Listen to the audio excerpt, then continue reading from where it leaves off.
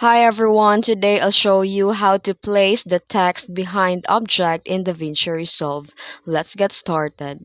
Note that this feature is only available in the studio version, so you'll need to purchase it to use the Magic Mask tool.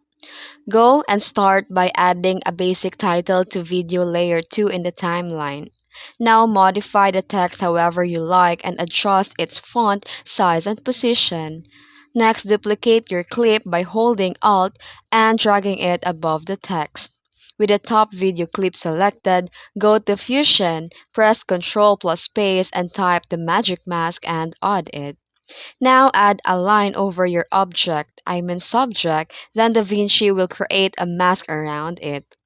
Click the double arrow button to track the mask for the entire video. This step may take a while. And once tracking is complete, return to edit mode and you'll see a place text behind the subject. And that's it. That's how you add text behind objects in DaVinci Resolve Studio.